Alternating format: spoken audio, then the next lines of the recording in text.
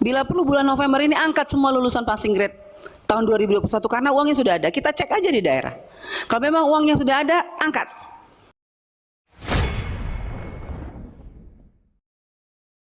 Assalamualaikum warahmatullahi wabarakatuh. Terima kasih Bapak Ibu anggota Komisi 10 atas kesempatannya hari ini. Izinkan hari ini kami melakukan sedikit paparan mengenai beberapa topik. Satu adalah capaian kinerja kumulatif Kemendikbudristek dari semua program prioritas yang akan saya presentasikan sendiri. Lalu kita akan masuk pada perkembangan pagu dan realisasi anggaran Kemendikbudristek tahun 2022, lalu ke perkembangan capaian target prioritas nasional Kemendikbudristek tahun 2022, lalu akan ada penjelasan lebih rinci mengenai target prioritas, dan menutup dengan nanti Bu Nunu akan membahas mengenai seleksi guru ASN P3K, hasil juga dengan diskusi RDP sebelumnya. Bisa lanjut ke halaman 4. Ya, Bapak Ibu anggota Komisi 10, jarang sekali kita dapat kesempatan untuk bisa melihat kembali dari 3 tahun sudah berjalan program Merdeka Belajar. Jadi izinkan saya menyebut beberapa angka-angka pencapaian kumulatif dari semua program prioritas yang mungkin akan sangat berguna untuk memahami kira-kira seberapa jauh kita sudah jalan dalam sudah maju dalam perjalanan ini. Saya akan bahas satu persatu. Mungkin Bapak Ibu belum tahu dari sisi digitalisasi pendidikan, sudah lebih dari 70.000 sekolah menerima bantuan TIK. 70.000. Dan lebih dari 1 juta, tepatnya 1.038.000 perangkat TIK ini sudah diberikan untuk mendukung program digitalisasi sekolah. Nah, ini jarang sekali terjadi sebesar ini. Kita mendistribusikan laptop, proyektor, dan lain-lain. Dan lebih dari 10,2 juta pengguna platform digital saat ini. Ini adalah total pengguna dalam ekosistem kita, sistem pendidikan, yang menggunakan berbagai macam platform digital kita. Contohnya, aplikasi guru namanya PMM. Jadi Bapak Ibu setiap kali kalau guru bilang PMM di PMM, itu nama platform Merdeka Mengajar. Itu adalah super app-nya guru yang kita bangun, ya. Dan itu Bapak Ibu udah 141.000 sekolah yang secara mandiri mengimplementasikan kurikulum Merdeka melalui PMM tersebut. Lebih dari 1.157.000 PTK yang mengimplementasi kurikulum Merdeka itu yang telah mengakses PMM platform aplikasi itu, ya. Dan 312.000 telah mengunduh perangkat ajar pada PMM tersebut, ya, untuk membantu mereka di dalam kelas sehari-hari. Luar biasa penggunaan aplikasi ini. Dan untuk aplikasi Arkas, ini adalah aplikasi yang digunakan kepala sekolah untuk pelaporan keuangan dan perencanaan dana BOS. Ini 99% dari satuan pendidikan aktif kita menggunakan Arkas, dan 100% dari semua dinas juga menggunakan. Dan 51,67 triliun potensi anggaran BOS tahun 2022 yang tercatat pada Arkas secara transparan. Jadi level transparansi dalam keuangan BOS ini, karena semuanya digital, luar biasa melompatnya. Jadi visibilitas kita jauh meningkat.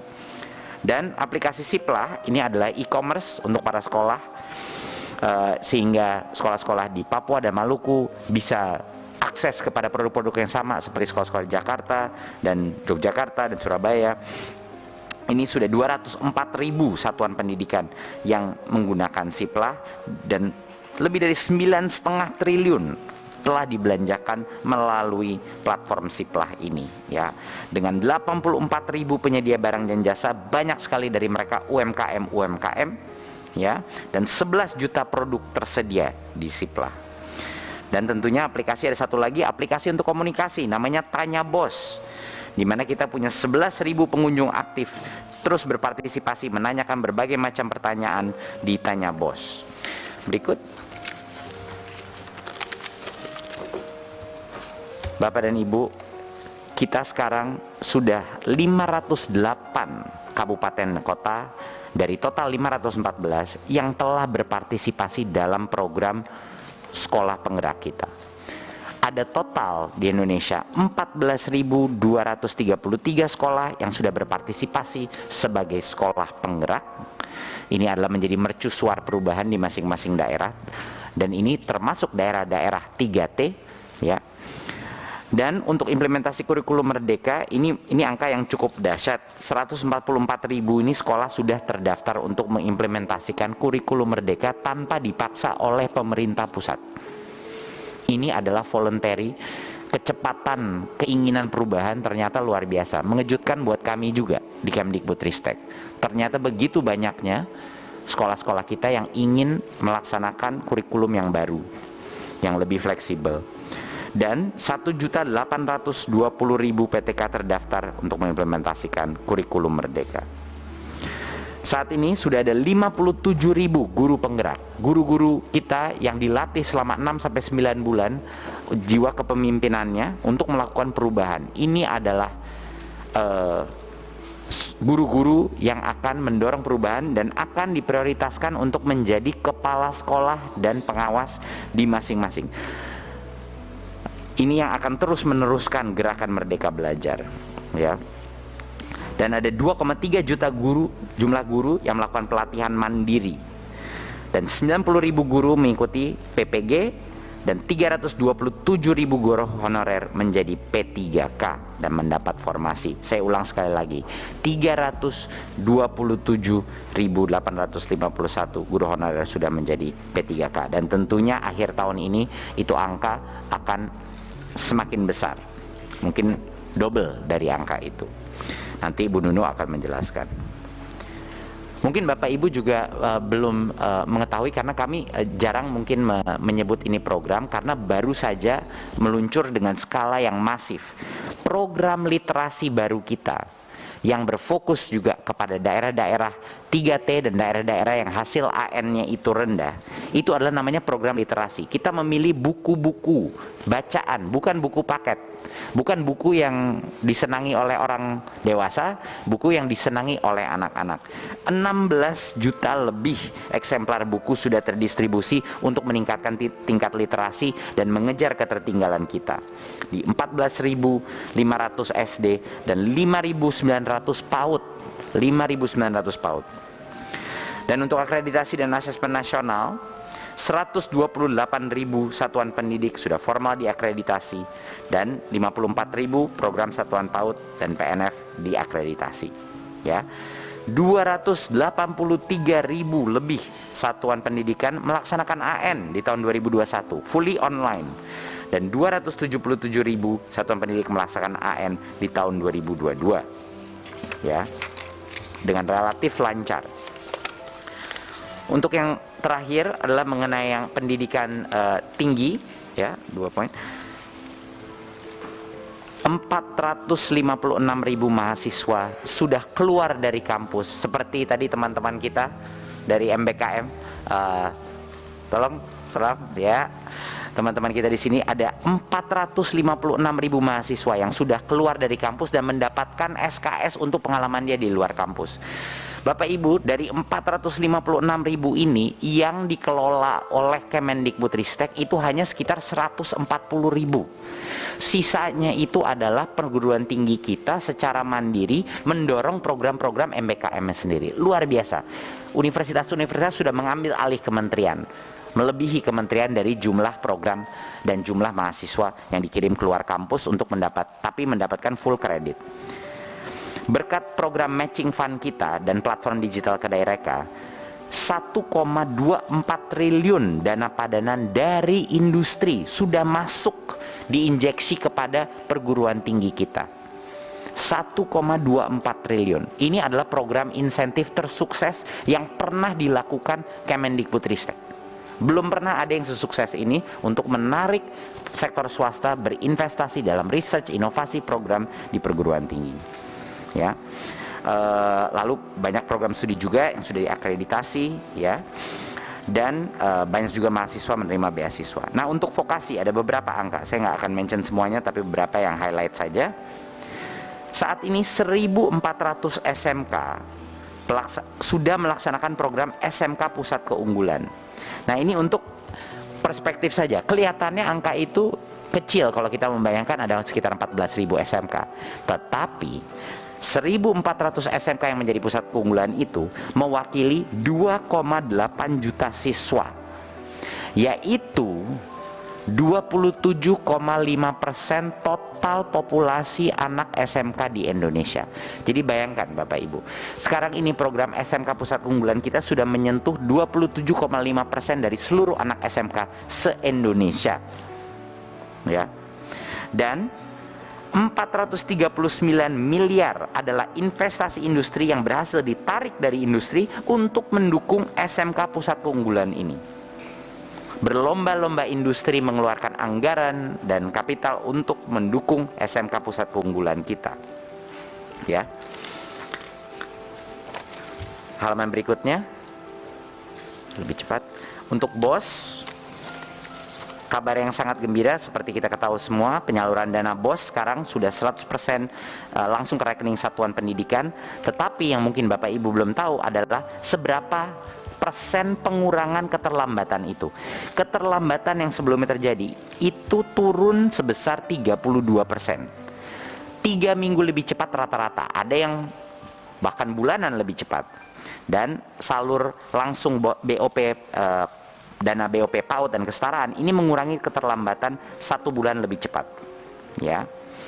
Nah, peningkatan untuk daerah 3T Bapak Ibu, peningkatan satuan biaya BOS itu meningkat sekitar 49%, dan untuk BOP sebesar 50,89%. Ini baru namanya keadilan sosial Bapak Ibu.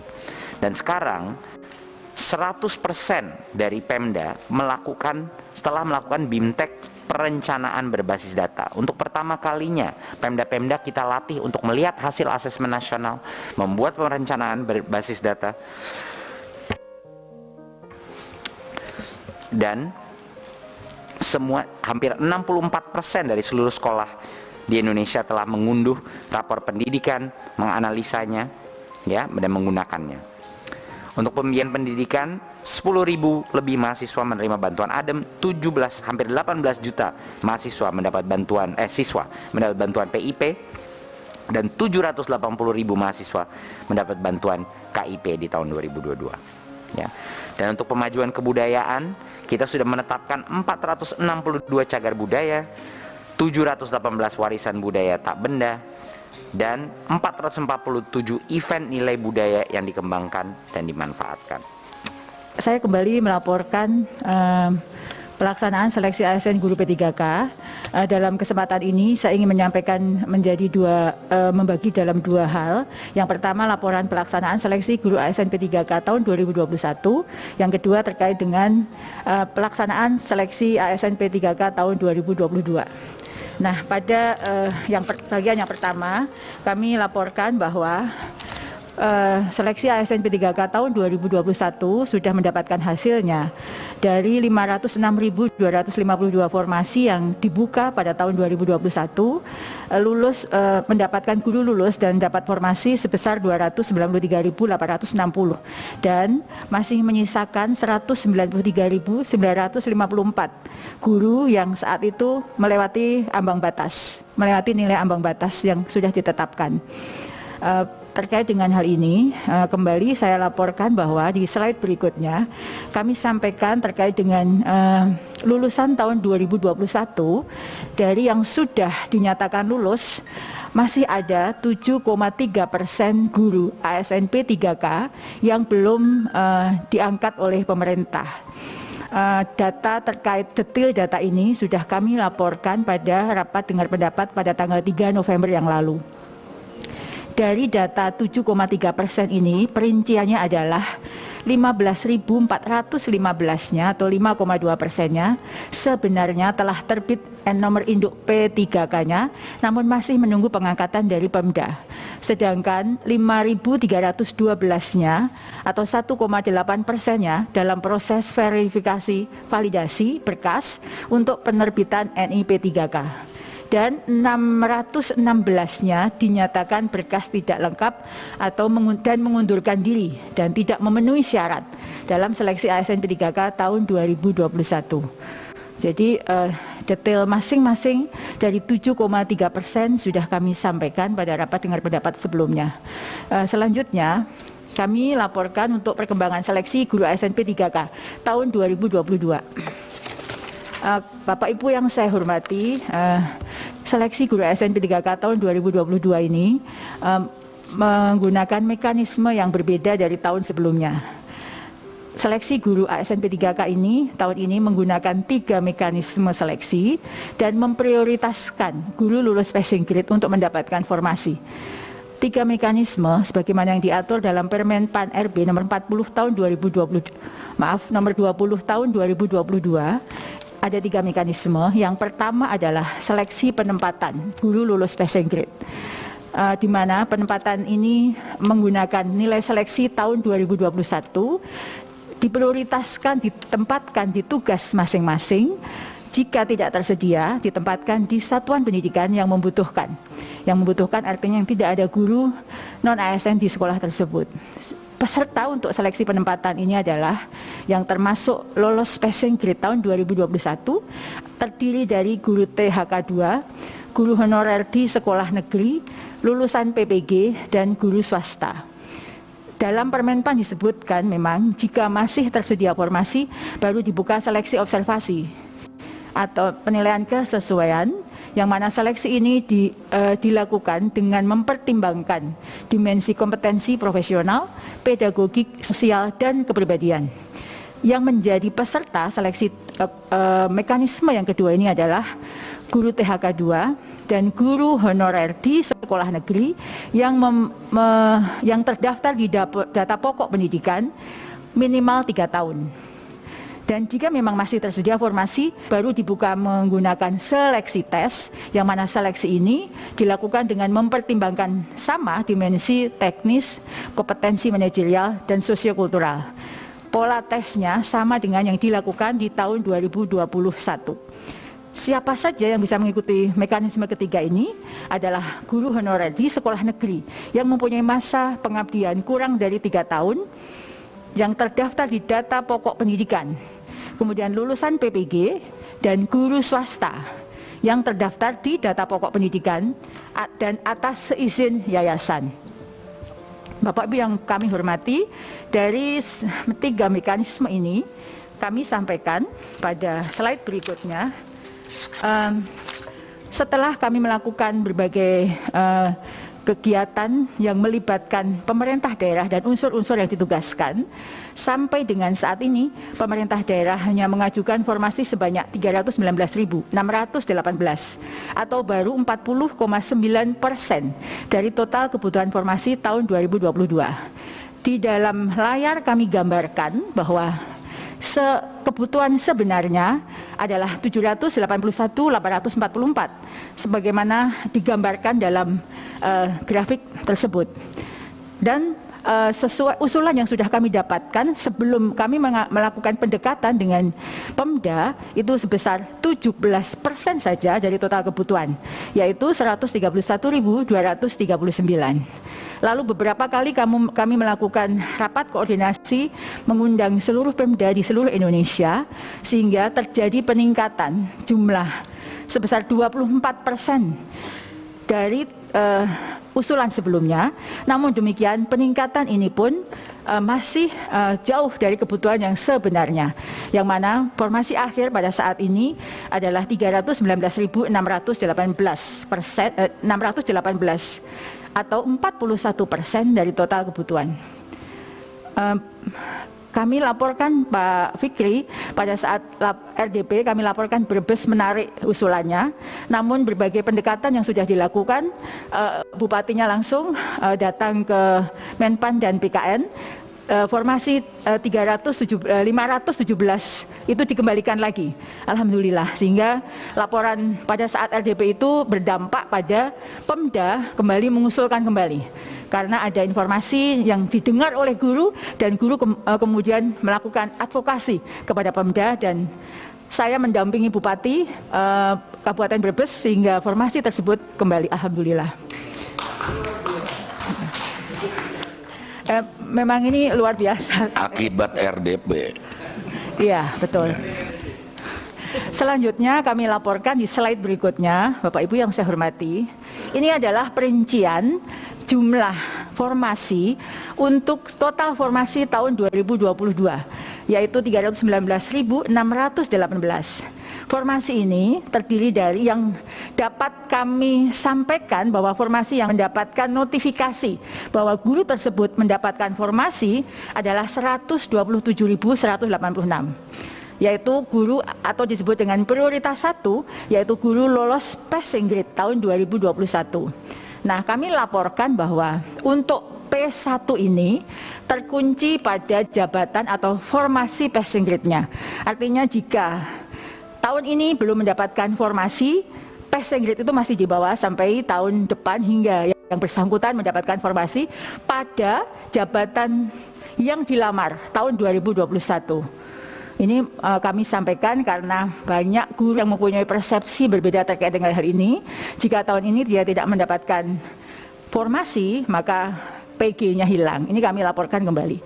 Jika pemerintah daerah mengusulkan formasi kurang dari kebutuhan, maka P1 tersebut tidak akan mendapatkan formasi, seperti yang kami laporkan. Dan jumlahnya cukup besar. Kemudian ada P1 yang tidak mendapatkan penempatan karena memang terdapat kelebihan mata pelajaran di daerah tersebut. Maka yang dari 193.000, 127.000-nya yang sudah aman untuk mendapatkan formasi. Lalu formasi tahun 2022 ini ada 3.184 formasi untuk P2. P2 itu adalah guru THK 2, guru honorer di sekolah negeri yang lebih dari 3 tahun, yang mana akan dilakukan melalui seleksi observasi dan verifikasi. Dan 127.232 untuk formasi untuk P3 atau guru honorer yang ada di sekolah negeri lebih dari 3 tahun. Kemudian kami sampaikan bahwa penempatan P1 ini kami laporkan kembali, menegaskan kembali bahwa penempatan P1 ini tidak menggeser guru honorer lain yang sudah mengabdi atau sudah ada di sekolah tersebut. Karena itu terdapat formasi yang terbuka untuk I2 yang sudah ada di sekolah masing-masing walaupun terdapat P1 yang belum ditempatkan. Jadi kalau sudah ada guru yang mengabdi di situ, tidak akan tergeser oleh guru lain. Ini belajar dari praktek baik tahun 2021 karena banyak guru yang tergeser sehingga dia tidak mendapatkan mengajar lagi dan menjadi pengangguran. P1 yang tidak dapat ditempatkan diberi kesempatan untuk memilih formasi yang masih kosong dengan menggunakan mata pelajaran atau jabatan lainnya, yang mana dalam hal ini peta linearitas berlaku. Jika P1 melakukan hal tersebut, maka mengikuti seleksi observasi dan verifikasi bersama kelompok P2. P1 tetap diprioritaskan dibandingkan dengan P2. Bapak Ibu yang saya hormati, kami laporkan bahwa ada 62.016 untuk formasi untuk pelamar umum. Jadi mohon maaf ada kesalahan penyebutannya, pelamar umum, yang mana formasi untuk pelamar umum hanya formasi kosong. Jadi kami menyampaikan ini untuk menjawab pertanyaan mengapa ada P umum sementara P1 belum ditempatkan. Formasi P3 untuk umum ini hanyalah formasi kosong yang sama sekali tidak ada guru honorernya. Formasi ini bukan formasi yang sama dengan formasi P1. Jadi misalnya ada guru P1 yang masih tersedia dengan mata pelajaran itu, maka formasi umum tentu tidak dibuka. Yang mana ini mata pelajaran ada di pelamar umum ini berbeda dengan P1. Jika masih ada P1 guru bahasa Inggris misalnya yang tidak mendapatkan penempatan, maka tidak akan ada formasi untuk umum untuk mata pelajaran bahasa Inggris. Kami lanjutkan di slide berikutnya. Nah, ini terkait dengan guru lolos passing grade yang petanya yang sekarang sedang menjadi bagian kami untuk melakukan penempatan. Dari 193.954 pelamar P1, kami laporkan bahwa 87,2%-nya guru lulus passing grade tersebut bisa mendapatkan formasi ASN P3K tahun 2022. dan masih ada 12,8% yang belum mendapatkan formasi. 87,2% ini adalah di angka yang berwarna hijau, 127.186 yang sudah mendapatkan notifikasi mendapatkan formasi, dan di 11.349 yang tersedia formasi jika guru tersebut melamar menggunakan jabatan lainnya. Jadi masih alhamdulillah sudah 87,2% yang sudah mendapatkan formasi.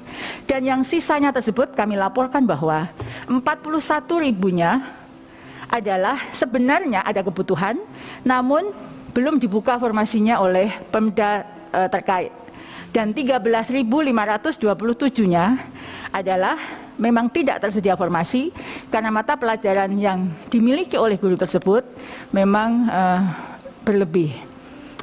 Selanjutnya, di slide ini kami laporkan bahwa yang mendapatkan notifikasi untuk melamar dengan jabatan fungsional lainnya, ini adalah yang belum mendapatkan penempatan bisa mengikuti seleksi sebagai P2, P3 ataupun pelamar umum. Yang pelamar umum ini adalah guru honorer swasta yang lolos passing grade. Jika mereka turun prioritas, maka bisa mengikuti sebagai peserta pelamar umum. Ilustrasinya adalah sebagaimana yang ada di layar bahwa guru P1 itu sebenarnya dia adalah guru SD. Karena tahun 2021 tidak ada formasi untuk guru kelas SD, guru tersebut melamar sebagai guru SMP matematika misalnya, atau guru SMP IPA. Pada notifikasi yang bersangkutan diberikan pilihan apakah ingin tetap sebagai P1-nya yaitu guru IPA SMP, ataukah dia memilih menggunakan jabatan lainnya untuk bisa mengikuti seleksi saat ini yang jumlahnya lebih dari 11.000. Jika dia setuju tetap pada P1-nya guru IPA, maka dia akan tetap sebagai guru honorer di tempat tugasnya saat ini hingga sampai dibuka formasi berikutnya. Jika dia memilih untuk mengikuti turun prioritas istilahnya, sebenarnya mengikuti seleksi untuk P2 maupun P3, maka dia bisa kembali mengikuti penilaian kesesuaian dan yang bersangkutan bisa memilih sebagai guru kelas SD sebagaimana jabatan yang dimilikinya. Demikian Pak Menteri, tugas yang diberikan saya untuk melaporkan seleksi ASN P3K yang sedang terjadi. Terima kasih waktu dan kesempatannya. Yang pertama, saya bersyukur hari ini kita membicarakan hal yang penting. Sejak tadi pagi dan hari ini bertepatan dengan Hari Pahlawan. Hari Pahlawan Nasional ya, 10 November hari ini. Dan saya ingin kita juga mengingat bahwa pahlawan nasional itu masa lalu yang harus kita ingat. Tetapi ada juga yang harus kita perjuangkan saat ini adalah pahlawan-pahlawan tanpa tanda jasa. Guru-guru honorer yang sudah mengabdi belasan tahun di daerah-daerah terpencil yang sampai hari ini masih menangis karena mereka tidak pernah merasakan keadilan dari pemerintah. Mereka yang sudah mengabdi di desa-desa, di pelosok-pelosok, yang harus menyeberang sungai, yang harus langgar kali, kalau orang NTT bilang, ya, yang kadang-kadang kalau banjir taruhan nyawa. Tetapi sampai hari ini mereka tidak bisa masuk lolos P3K. Itu yang pertama. Saya minta perhatian Pak Menteri dan seluruh jajaran untuk guru-guru yang ada di pedalaman yang sudah mengabdi belasan tahun, Pak, bukan 1-2. Dan saya juga mau ngangkat di Hari Pahlawan ini, saya ingin mengingatkan bahwa pahlawan-pahlawan tanpa tanda jasa yang ada di pedalaman-pedalaman itu sampai hari ini menuntut keadilan sosial bagi seluruh rakyat Indonesia, sila kelima Pancasila. Kenapa tidak pernah diberikan kepada mereka? Bukti, ada guru-guru yang baru 1 tahun, 2 tahun mengajar, lolos P3K. Mereka yang sudah belasan tahun tidak pernah lolos dengan berbagai macam alasan. Oleh sebab itu saya minta Pak Menteri, mari kita coba ingat ini. Bagaimana justru mereka ini yang sudah belasan tahun ini, yang tidak pernah diperhitungkan oleh negara ini, justru mereka itu yang harusnya mendapat prioritas untuk diangkat Apapun alasannya, kalau menurut saya mereka sudah tidak pantas lagi diukur dengan apapun karena terlalu mulia hati mereka, Pak. Mereka tidak pernah berhitung-hitung dengan gaji. Tapi ketika ada P3K yang ditawarkan oleh pemerintah 1 juta, kenapa sampai hari ini mereka tidak pernah lolos? Sangat menyedihkan, Pak Menteri. Yang kedua, seperti kami daerah 3T, bahkan semua daerah 3T, khususnya NTT, kami ini kenyataannya tuh Pak, betul-betul kekurangan guru. Kurang guru kami. Tetapi kami kenapa dibatasi? Kenapa banyak sekali yang tidak lolos?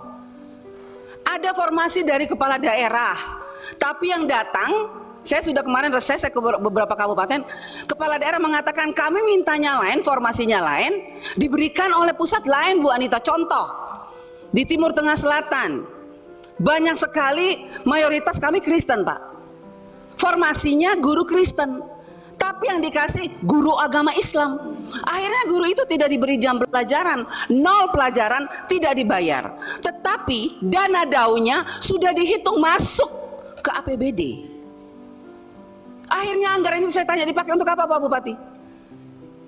Ya begitulah Bu Anita. Nah ini makanya saya minta Inspektorat Jenderal, Pak Menteri tolong Ibu, mana Ibu? Ibu Inspektorat Jenderal mana Ibu?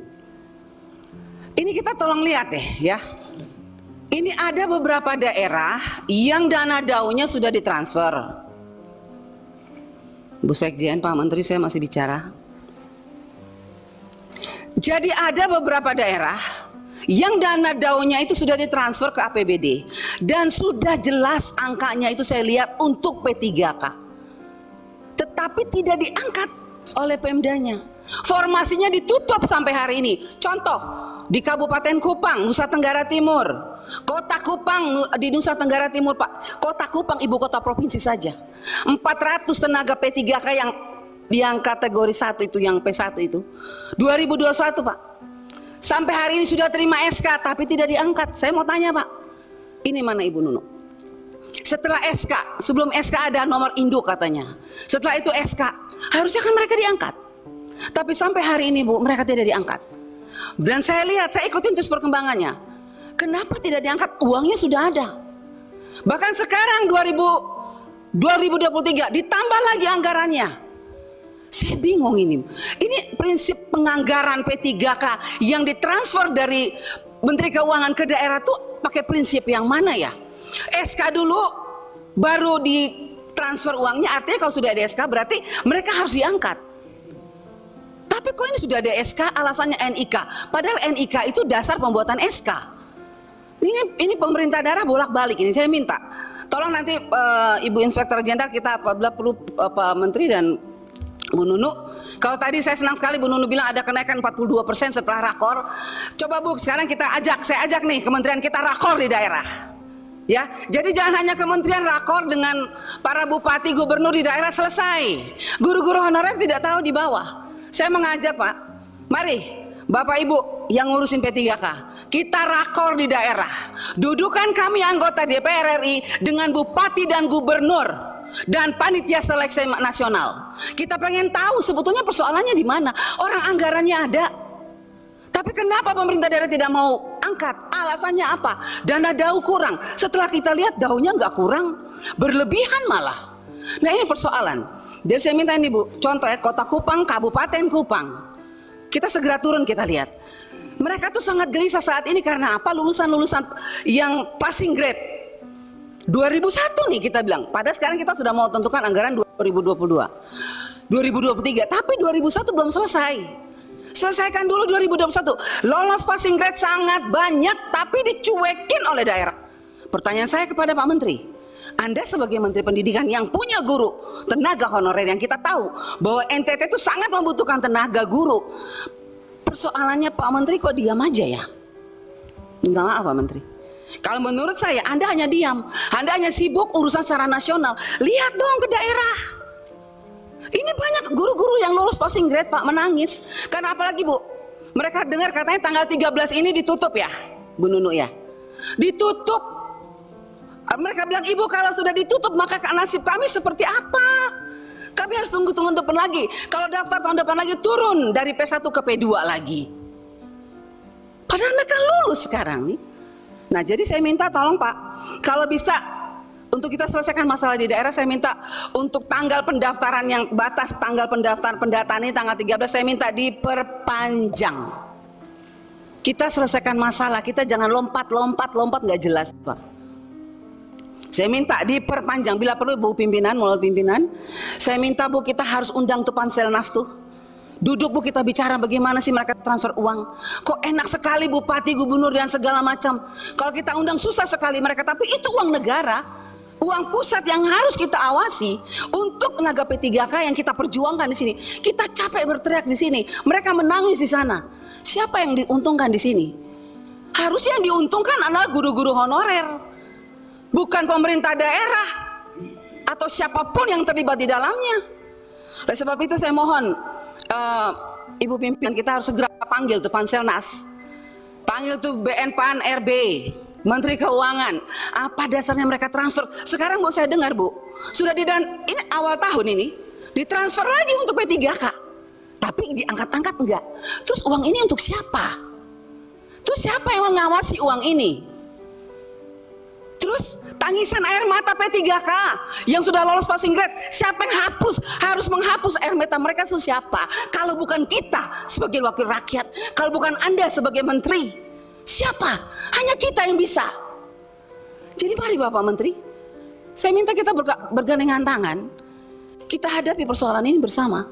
Kita turun ke daerah, kita tunjukkan sama P3K bahwa kita di pusat sudah berjuang. Siapa yang mempersulit mereka di daerah?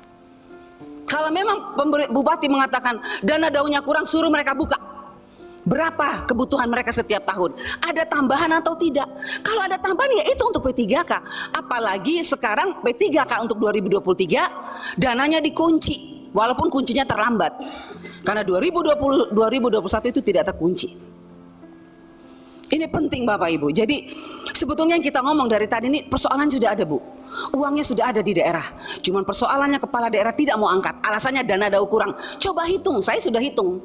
Kota Kupang ada kelebihan, Kabupaten Kupang ada kelebihan, tapi bupatinya tidak mau. Nah ini, jadi saya bilang kita harus sama-sama. Dan saya minta Pak Menteri menjadi fokus Pak Menteri untuk menyelesaikan ini supaya Bapak juga jangan terlalu beban bahwa memang kesalahan bukan hanya pada pusat. Di daerah juga ada, mari kita selesaikan bersama. Makanya saya usul rakor di daerah, ajak kami anggota DPR RI. Biar jelas, clear. Bila perlu dudukin itu DPR Provinsi, DPRD Kabupaten. Supaya mereka tahu ini uang APBN yang berubah jadi APBD. Yang tidak bisa mereka pakai seenaknya. Khusus untuk P3K. Yang saya dengar, banyak permainan di daerah sekarang. Itu dana P3K dimainkan oleh mereka. Makanya saya kadang-kadang saya bikin, kalau perlu kita pakai, minta KPK aja periksa kalau begini caranya. Sakit hati kita nih, kasihan guru-guru itu. Oke lanjut, itu untuk ini Pak ya, P3K. Tetapi yang poin paling penting adalah upayakan Desember akhir ini yang 41.000 itu bisa bisa selesai. Dengan segala kewenangan dan kemampuan yang dimiliki Mas Menteri ataupun juga pemerintah dalam hal ini mungkin berbagai stakeholder di pemerintah. Terima kasih. Mengenai KIP, saya suka sekali tadi ada masukan mengenai evaluasi dari sisi putus sekolah. Itu pun menjadi salah satu metrik kita untuk mengevaluasi kesuksesan program PIP kita. Tentunya fokus kepada apakah ini benar-benar berdampak pada putus sekolah, itu merupakan suatu metrik yang terpenting untuk kami. Tadi ada masukan dari Pak Putra mengenai bahasa Inggris. Ini sedang menjadi diskusi internal kami.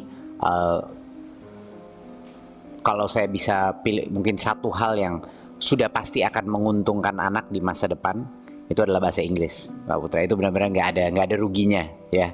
Akan selalu menambah prospek ekonomi, kemungkinan pekerjaan dan lain-lain. Yang kami sedang perdebatkan dan diskusikan secara internal adalah apakah bagaimana caranya kita meningkatkan kapasitas SDM pengajar bahasa Inggris kita. Karena misalnya untuk memaksa misalnya seluruh SD harus sekarang wajib bahasa Inggris, itu bisa saja pengaturannya itu sangat mudah. Masalahnya adalah apakah ada cukup pengajar, dan apakah pengajar yang sekarang mengajar pun di SMP dan SMA itu kompetensinya mencukupi untuk bisa benar-benar melatih bahasa Inggris. Jadi itu mungkin yang sedang kami diskusikan. Sebenarnya kami sudah meeting berkali-kali Pak Putra. Nanti kalau sudah ada yang lebih spesifik, mungkin kami akan beritahukan seperti apa rencana kami untuk bahasa Inggris. Tapi ini sudah 1 tahun ini kita mencari celah bagaimana agar bahasa Inggris bisa menjadi satu fokus yang lebih kuat lagi. Tadi saya rasa hampir terima kasih dan saya apresiasi banyak sekali masukan mengenai proses P3K. Tentunya saya ingin pertama mengucapkan bahwa dari kami tidak pernah kami merasa bahwa ini adalah proses yang sempurna. Kita ada banyak sekali tantangan dalam proses P3K ini. Ini yang paling mengambil waktu bukan hanya Dirjen GTK, tapi hampir seluruh tim Kemendikbudristek berupaya pagi siang malam untuk menyelesaikan permasalahan ini. Permasalahan ini juga sangat rumit karena ada berbagai banyak pihak dan dependensi daripada setiap langkah yang harus kita lakukan.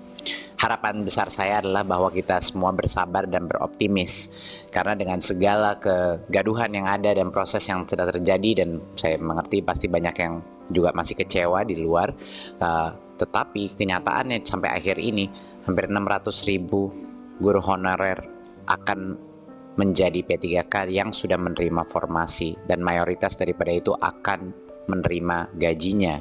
Seperti tadi disebut datanya, yang belum menerima gaji itu sebenarnya proporsi yang cukup kecil. Saya mendengar juga banyak sekali permintaan dan desakan untuk bisa mensentralisasi pengangkatan guru P3K dan juga transfer gajinya langsung dari pusat. Tadi saya mendengar dari banyak anggota permintaan melakukan ini. Ini tentunya akan menjadi suatu wacana yang kami bawa dari meeting ini, dari raker ini kami akan bawa dan diskusikan, dan telah kami diskusikan dan akan terus kami coba lihat apa solusi yang bisa dihasilkan, berdiskusi dengan Kemenpan RB dan juga dengan Kemenq dengan ide yang dibahas hari ini mengenai bagaimana cara untuk menyelesaikan masalah formasinya. Tentunya saya tidak bisa menjamin apakah ini akan terjadi apa tidak, tapi yang sudah pasti akan kami coba angkat wacana ini kepada kementerian-kementerian lain yang berkait.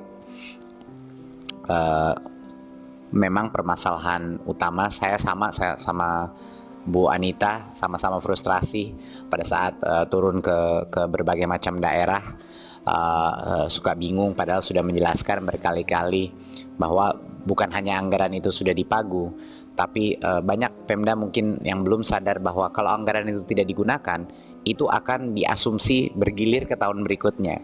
Jadi secara teknis kalau tidak dikeluarkan anggaran itu, anggaran totalnya Pemda itu akan berkurang tiap tahun, dan itu yang mungkin bisa juga dibantu komunikasikan kepada anggota Komisi 10 kepada masing-masing Pemda bahwa memang sudah di-earmark gitu, tapi memang kami akan terus berjuang, terus bersosialisasi kepada setiap daerah untuk memastikan dan meyakinkan bahwa ini adalah harusnya prioritas nomor 1 gitu. Kenyataannya adalah kenapa waktu misalnya Bu Anita mengecek dan ternyata ada anggarannya, kenyataannya adalah anggaran itu tidak diprioritaskan untuk guru honorer, tapi ada kebutuhan lain yang mungkin dianggap lebih penting. Realitanya adalah itu.